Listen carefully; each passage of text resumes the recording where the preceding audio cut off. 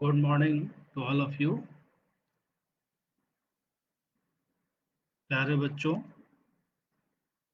एवं हमारे शिक्षक एवं वो सभी गण जो अभी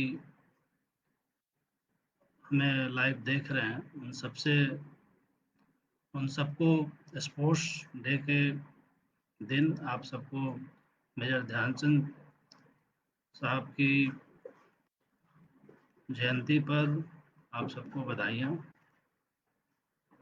प्यारे बच्चों, स्पोर्ट्स डे हर स्कूल की एक बहुत ही इम्पोर्टेंट एक्टिविटी होती है। स्कूल एक समाज का छोटा सा प्रतिबिंब होता है, तो स्कूलों के माध्यम से स्पोर्ट्स डे के माध्यम से समाज में स्वास्थ्य एवं मानसिक एवं शारीरिक स्वास्थ्य के प्रति लोगों की जागरूकता बढ़ाने की कोशिश होती है। साथ ही साथ नए दौर में स्पोर्ट्स एक अच्छे करियर के रूप में अधिक अधिक अपॉर्चुनिटीज बढ़ी हैं। तो ये देखते हुए कि बच्चे स्पोर्ट्स से जुड़े, बच्चों के माध्यम से उनके माता पिता एवं समाज के और भी लोग स्पोर्ट्स से जुड़े, ग्राउंड से जुड़े। ये बात सही है कि विकास के साथ साथ ग्राउंड्स की कमी होती जा रही है, लेकिन फिर भी हम लोग फिजिकल एक्टिविटीज़ अपने इनोवेटिव आइडियाज़ के द्वारा कहीं भी जारी रख सकते हैं। आपके पास छत है, आपके पास कोर्टयार्ड है, रूम है, बस आपके दिमाग के उस रूम में वो विल पावर होना चाहिए कि नहीं, मुझे फिट रहना है, अपने परिवार को फिट रखना है। और सबसे बड़ी बात जो स्पोर्ट्स हमें देता है, वो देता है एक बहुत बड़ा लाइफ स्किल। और लाइफ स्किल हमें बताता है, अच्छा आपने देखा होगा जो भी लोग स्पोर्ट्स से जुड़े हैं, किसी भी खेल से जुड़े, मैं हमेशा से बोलता आ रहा हूँ कि आप किसी प्रोफेशनल खेल से जरूर जुड़िए। ठीक है, फिटनेस भी अच्छी बात है, फिटनेस तो करना ही है, वो किसी भी स्पोर्ट्स का सबसे बड़ा इम्पोर्टेंट पहलू होता है। लेकिन जो स्पोर्ट्स हमें जो लाइफ स्किल सिखाता है,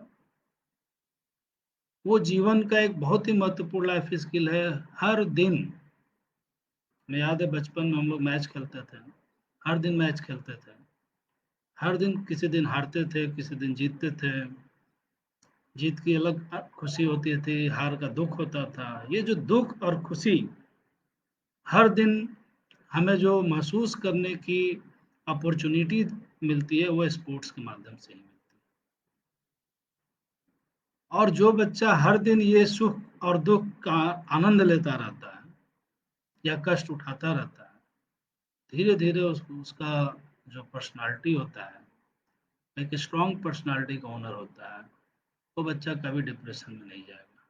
वो बच्चा कभी भी लाइफ में, उसकी संभावना रेयर रहेगी, परिस्थितियां बदलती रहती हैं, लेकिन वो बच्चा दूसरे बच्चों की तुलना में निश्चित तौर पे मानसिक तौर पे मजबूत होगा। उसके अंदर घमंड नहीं आएगा, क्योंकि जीत को उसने हार में बदलते देखा है लाइफ में, तो उसके अंदर घमंड भी नहीं आएगा। और हार को जीत में बदलते भी देखा है, तो अवसादित भी नहीं होगा, दुखी भी नहीं होगा ज़्यादा, उसके अंदर हमेशा जीतने की इच्छा रहेगी। तो ये जो लाइफ स्किल है, स्पोर्ट्स की सबसे बड़ी देन है। और यदि, मेरा मानना है कि हर इंसान बचपन में कुछ ना कुछ तो खेलता ही है, लेकिन वो कोई ना कोई एक प्रोफेशनल गेम जरूर अडॉप्ट करे, चाहे वो कबड्डी हो, फुटबॉल हो, क्रिकेट हो, खो खो हो, बहुत तरह के, हॉकी हो गया। हॉकी हमारे मेजर ध्यानचंद साहब जिनकी आज स्वर्ण जयंती है, वो तो लेजेंड रहे। उन्होंने तो ये दर्शाया कि जीवन में यदि आप मेहनत करते हैं तो आपका सेल्फ कॉन्फिडेंस कितना हाई होता है। जब उन्होंने गोल किया और गोल नहीं हुआ, तो उन्होंने चैलेंज कर दिया कि गोल पोस्ट छोटा है, और जब मेजरमेंट किया गया तो वास्तव में उनका दावा सही था। अब आप सोचिए, what A high level of confidence. उसी तरह पढ़ाई में भी आप सोच सकते हैं हमने ये मैथ सॉल्व किया है, गलत हो ही नहीं सकता, लेकिन वो मेहनत और लगन से उपजा हुआ कॉन्फिडेंस होना चाहिए, घमंड नहीं होना चाहिए। ध्यानचंद साहब की जो है, उन्होंने जो मेहनत किया था, जो उनका स्किल था, उस पर उनको कॉन्फिडेंस था कि नहीं ऐसा हो नहीं सकता कि जो मैंने गोल किया है वो गोल के अंदर नहीं गया, गोल से कैसे टकरा सकता है। तब उन्होंने दावा किया, और ये जो उनका संदेश है अपने एक छोटे से इवेंट के द्वारा, वो आपके पूरे लाइफ स्किल को प्रभावित करता है।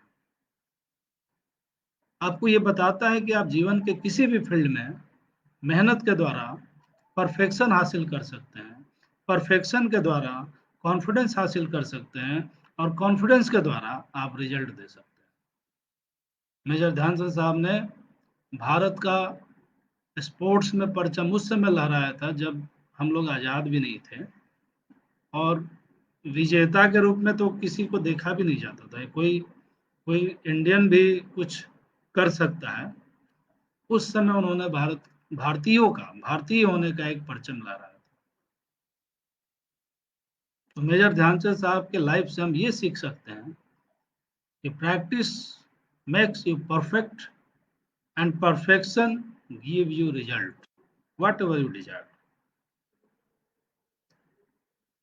एंड साथ ही साथ आज के इस स्पोर्ट्स डे के लिए जो मैंने बार बार अपने हर बार मैं बोलता आ रहा हूँ, और ये मैं चाहता हूँ कि हमेशा बोलता रहूँ, लोग भी बोलें कि स्पोर्ट्स को केवल ग्राउंड के खेल से न देखा जाए, स्पोर्ट्स को केवल एक अदर देन लाइफ एक्टिविटी के रूप में पेरेंट्स जो देखते हैं। हालांकि इधर जागरूकता बढ़ी है, लेकिन वो जागरूकता भी कहीं ना कहीं लालच के द्वारा जुड़ा हुआ है, मेरा मानना है। अपॉर्चुनिटीज बढ़ी है तो लोग जरूर स्पोर्ट्स की तरफ, वो भी कुछ एक दो खास स्पोर्ट्स की तरफ ही ध्यान जा रहा है। पेरेंट्स बैग ले लेके अब ग्राउंड में बच्चों को ले जा रहे हैं, एकेडमीज की ओर ले जा रहे हैं, ये एक अच्छी शुरुआत है, लेकिन ये कुछ खास खेलों पे लिमिटेड है। और प्रॉब्लम क्या है कि कहीं ना कहीं एक बड़े एम्बिशन से जुड़ा हुआ ये बदलाव है, ये भी सही नहीं है। ठीक है, कैरियर के रूप में अपॉर्चुनिटीज बड़ी, वो भी एक कैरियर, बहुत अच्छा स्पोर्ट्स का कैरियर हो सकता है, लेकिन हम केवल एक लालच से जुड़े कि जैसे कि इंजीनियरिंग के पीछे अंधी दौड़ चल रही है, वैसे ही क्रिकेट के पीछे अंधी दौड़ चल रही है। दूसरे खेलों में भी हमारे बच्चों ने परफॉर्मेंस दिखाया है। अब आपको बैडमिंटन, चेस में तो था ही, बट उधर ऐसी भीड़ नहीं है, ऐसा ऐसा पागलपन नहीं है जो क्रिकेट के प्रति है। हर गेम में जो बच्चा खेल रहा है उसको माँ बाप को उस गेम में भी सपोर्ट मिलना चाहिए। केवल क्रिकेट के चकाचौंध अ, उससे अट्रैक्ट होकर माँ बाप यदि बच्चों को सपोर्ट कर रहे हैं, तो बजाय इसके उनकी ये सोच होनी चाहिए कि बच्चे को यदि मैं स्पोर्ट्स में सपोर्ट कर रहा हूँ तो वो किसी भी स्पोर्ट्स में है, उसमें वो कैरियर तो उसका बनेगा ही बनेगा। साथ ही साथ इन केस वो जो डिजायर्ड रिजल्ट है नहीं भी मिल पाता है, तो कम से कम आपका बच्चा एक फिट बनेगा, हेल्दी बनेगा, मेंटली स्ट्रांग बनेगा, वो लाइफ में कभी भी नहीं हारेगा। मैं बार बार इसीलिए आप सभी पेरेंट्स से रिक्वेस्ट करता हूँ, और साथ ही साथ बच्चों से ये भी रिक्वेस्ट करता हूँ कि पढ़ाई और खेल में कोई विरोध नहीं है। ये सोचना कि मैं खेलने में अच्छा हूँ तो पढ़ाई मेरे लिए सेकेंडरी वर्क हो गया या फिर थर्ड वर्क हो गया या मेरे लिए उतना इम्पोर्टेंट नहीं है, ये बहुत बड़ी बेवकूफ़ी है और ये बहुत बड़ी नासमझी है।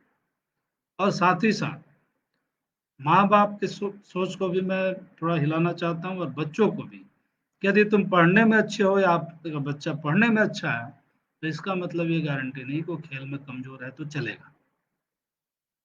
हर बच्चा कम से कम 12th क्लास तक स्पोर्ट्स और एकेडमिक्स दोनों में एक्सेल करना चाहिए, दोनों में आगे बढ़ना चाहिए। किसी भी गेम के लिए, आपके फिटनेस के लिए हो चाहे आप कैरियर के लिए स्पोर्ट्स चूज करते हो, 2 घंटे का सीरियस प्रैक्टिस सफिशियंट है, यदि आप स्पोर्ट्स को कैरियर भी बनाते हैं।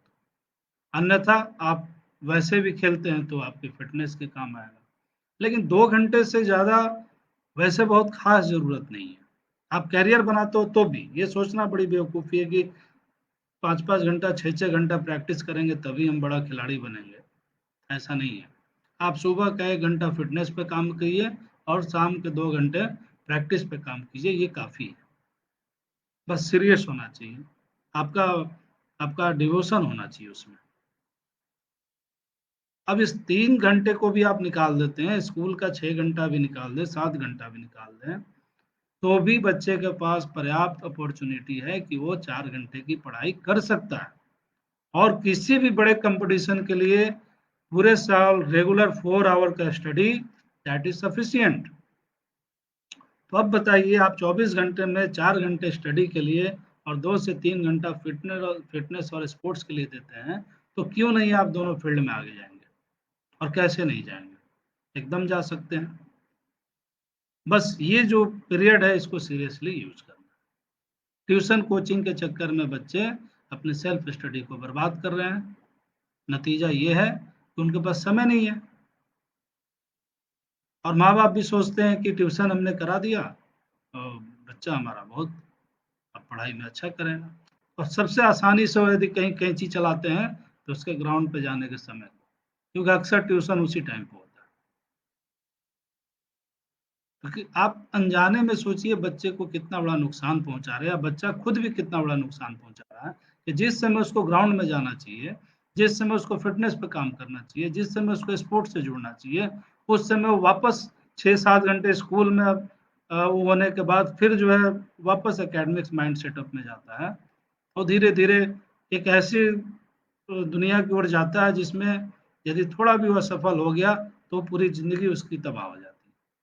वो उसको संभाल नहीं पाता है, असफलता को पचा नहीं पाता है, और तब ये दूसरी तरह की घटनाएं सुनने को मिलती है।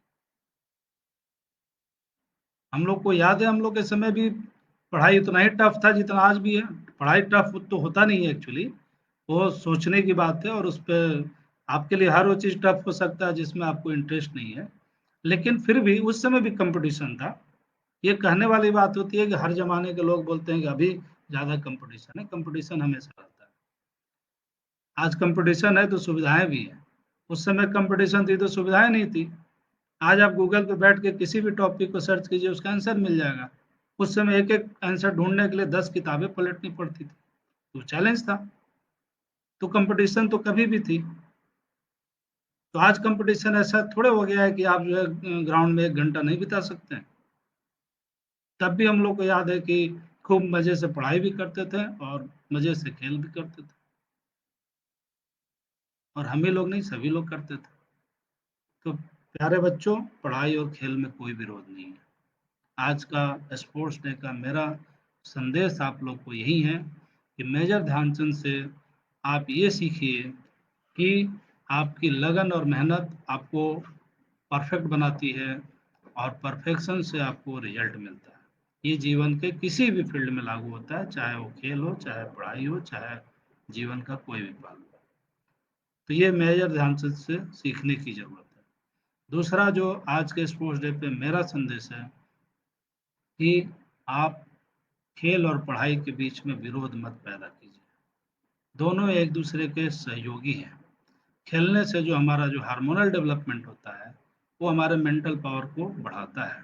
हमें कम मेहनत में ज़्यादा पढ़ने की ताकत आती है। हमारा विल पावर स्ट्रांग होता है। बस सोच को बदलने की ज़रूरत है कि आपको ये इम्पोर्टेंट मानना पड़ेगा कि खेल भी ज़रूरी है तो पढ़ाई भी ज़रूरी है, पढ़ाई भी ज़रूरी है तो खेल भी ज़रूरी है। तो केवल हमें अपने माइंड सेटअप को चेंज करना है। ये सोचना है कि मैं बहुत अच्छा खिलाड़ी हूँ लेकिन मैं बहुत अच्छा क्लास में एकेडमिक एकेडमिक स्टूडेंट भी हूँ। तो यही मेरा संदेश है बच्चों कि आप खेल और पढ़ाई को बराबर इम्पोर्टेंस दीजिए। आप देखे होंगे केवी दीपाटोली का जो विद्यालय का जो गेट है, उस पर हर जगह पढ़ेंगे खेलेंगे, पढ़ेंगे खेलेंगे का आपको इतना ज़्यादा हमने डिस्प्ले किया है कि आपके दिमाग में हमेशा बैठे कि पढ़ेंगे खेलेंगे तो ही बनेंगे कुछ। आप में खेल, आप बड़े बड़े आईएएस को देख लीजिए, बड़े बड़े आईपीएस को देख लीजिए, बड़े बड़े इंजीनियर बहुत लोग हैं। मतलब किसी भी फील्ड में जाके देखिए, बहुत ऐसे एग्जाम्पल मिलेंगे कि उस फील्ड में भी शिखर पे गया और पता चलता है कि स्पोर्ट्स में भी बहुत अच्छे थे अपने स्कूल डेज में। तो स्कूल डेज हमारा बिल्टअप का डेज है, हमारा पर्सनालिटी बनता है, हमारा माइंड, हमारा ग्रोथ का फेज होता है।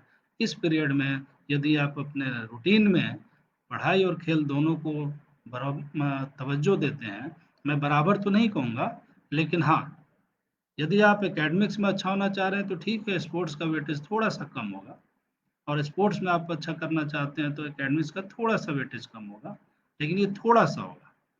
लेकिन इसका मैं क्वांटिटी भी डिसाइड कर दे रहा हूँ कि 4 घंटे स्टडी, 3 से 4 घंटा रेगुलर पर डे स्टडी, और मैक्सिमम मिनिमम 2 घंटे का आपका ग्राउंड एक्टिविटी। चाहे सुबह 1 घंटा फिटनेस कीजिए, शाम को 1 घंटा खेल लीजिए, या सुबह 1 घंटा फिटनेस कीजिए, जो बच्चे स्पोर्ट्स में करियर बनाना चाहते हैं वो 3 घंटा से 4 घंटा स्टडी करें, और सुबह 1 घंटा फिटनेस करें, शाम को 2 घंटा प्रैक्टिस करें, दैट इज ना। और इतना आप खुशी खुशी कर सकते हैं। किसी किसी की परिस्थितियां अलग हो सकती हैं, वो इसके अनुसार मॉडिफाई कर सकते हैं अपने रूटीन को। लेकिन मोस्ट इंपॉर्टेंट थिंग है कि आपके मन में हमेशा होना चाहिए कि मुझे पढ़ने में भी अच्छा होना है, मुझे खेलने में भी अच्छा होना है। और आपको यदि कोई भी समस्या आती है इस तरह की, तो आप अपने बड़ों से गाइडेंस लीजिए।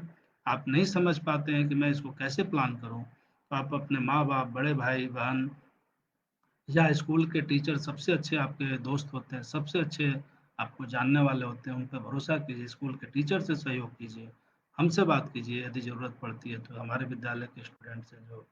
तो लेकिन आप जीवन में आगे बढ़िए इस संदेश के साथ कि मेरे सारे बच्चे स्पोर्ट्स और एकेडमिक्स दोनों को दिल से अपनाएंगे, और जीवन में अपनी अधिकतम ऊंचाई को हासिल करेंगे, केवी दीपा टोली का नाम रोशन करेंगे, केंद्रीय विद्यालय संगठन का नाम रोशन करेंगे, और इन दोनों का नाम रोशन करते करते निश्चित ही देश का नाम रोशन करेंगे। Thank you very much.